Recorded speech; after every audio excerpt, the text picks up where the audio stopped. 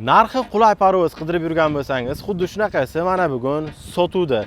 Naqd pulga narxini 29500 AQSh dollar deb aytilyapti. Variant bor, variantga egalariga telefon qilib narxini kelishsangiz bo'ladi. Qancha muddatiga qarab egalar bilan kelishsangiz bo'lardi.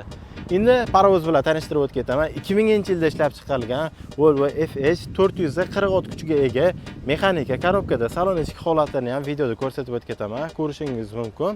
Holatlari yaxshi holatda turibdi. Ishlab turgan mashina kamchilik yo'q deb egalar aytayaptilar. Hop, motor moylari, antifrizlarni almashtirib qo'yilgan ekan. Balonlarning holatini mana videoda ko'rsatib o'tib ketaman, ko'rsangiz bo'ladi. Baklari bir tomonda 500 litrli bak, bir tomonda 450 litrli bak bilan jihozlangan. Bu mana tigatchi orqa balonlarining holati.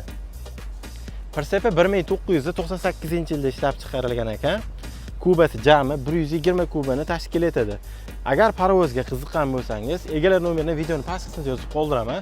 Telefon qiling, yana to'liqroq ma'lumotlarni olishingiz mumkin. Manzil Namangan viloyati, Namangan shahri. Hozir parvoz o'sha Nurobod Fura petagi ichida turibdi. Bemalol kelib ko'rishingiz mumkin.